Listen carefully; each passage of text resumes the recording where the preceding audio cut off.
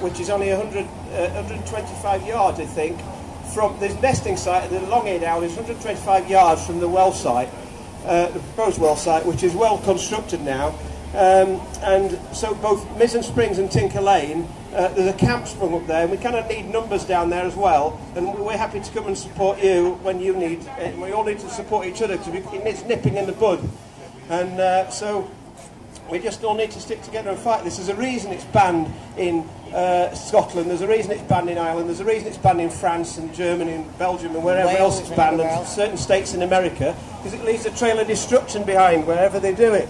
So we need to sort of stand up to it now, and also this is about democracy today, and not losing our right to sort of to speak. We've all said no, and we're all being overridden, so we need to all stand up against that. And thank you very much. Thank you. Thank you, Richard. Right, who'd like to hear from Anne Power? She's been around for a while in this campaign, but she defines the word indefatigable. Nothing deters her. She turns up in all weather, and this is a perfect example of that, I guess. And she has been a very constant figure in the campaign, and spent most of her life campaigning against things. And I'm sure in favour of things as well. But anyway, without further ado, I'll hand you over to Anne Power. Here she is. Thank you, Anne.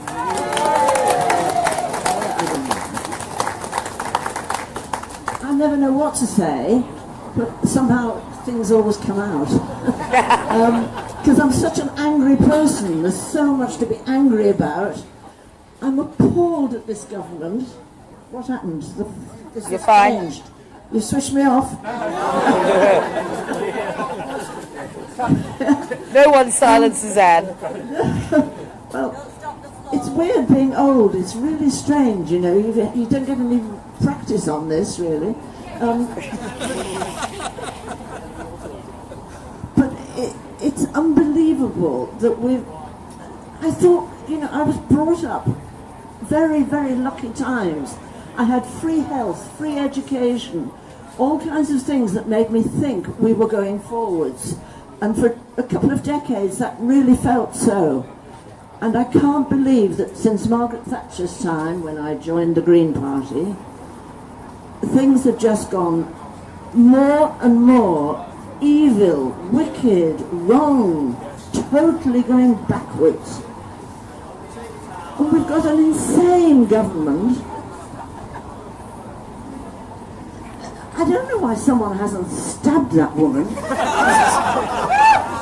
I mean, it should be me, because I'm so incensed about it, but I don't know how to get there, how to do it. One, I'm so interested in what Martin, I think, I'm hopeless on names, was saying, because that was what was welling up in me, that the financial situation, because the whole thing's about money, it's not about gas at all, of course. The financial situation has been eroding their baseline or whatever. You know, they are being they're being tripped up by their own greed, of course. And the world is getting wise to it, very slowly, but is getting wise to the appalling results of, oh, I'm getting all tongue-tied.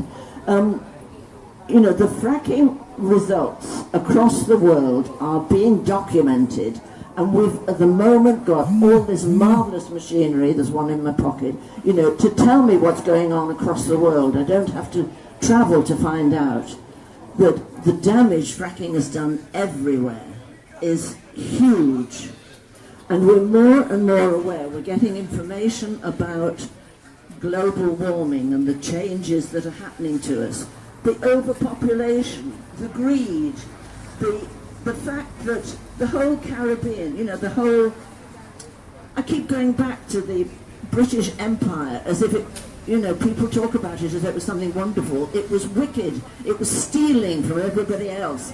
And we're living with the consequences of that now. But we won't suffer as much as the people who already suffered. People across across the equator, islands right around the world are being drowned. And they'll be the first to suffer, and they will disappear. And we sit here pretty smug and pretty lucky, really. So we've got to keep up this world view, realise that we're just part. And oh, there's a little bit about plastic. Everyone's gone mad about plastic the last few weeks, led by Theresa May. But it's all part of it. The industry that has been doing fracking has been producing plastics. And I'm just becoming even more conscious of how much plastic I have to peel off everything I buy, try as I will to buy different things. It's everywhere. And there's a river very near Manchester, is apparently one of the worst in the world now for plastic pollution. But it's all connected. Money, greed, plastic disappear, humanity strangled in plastic. That's where we're going as the result of the greed of the fracking people. Just hold there. I could explode and it won't do anyone any good.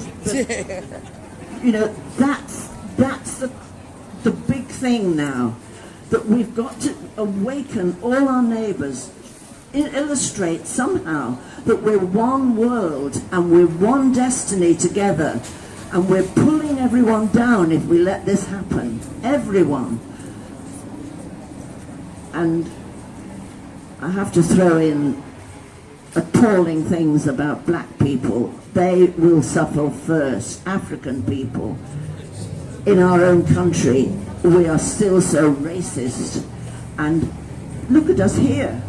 Well, I think I can only see white people. So we've got a responsibility to everyone else. It's all part of the same thing. We're not sharing the benefits and sharing the consequences. Some of us are very lucky we're at the top of the heap, and we need to be aware of what we're doing to everybody else.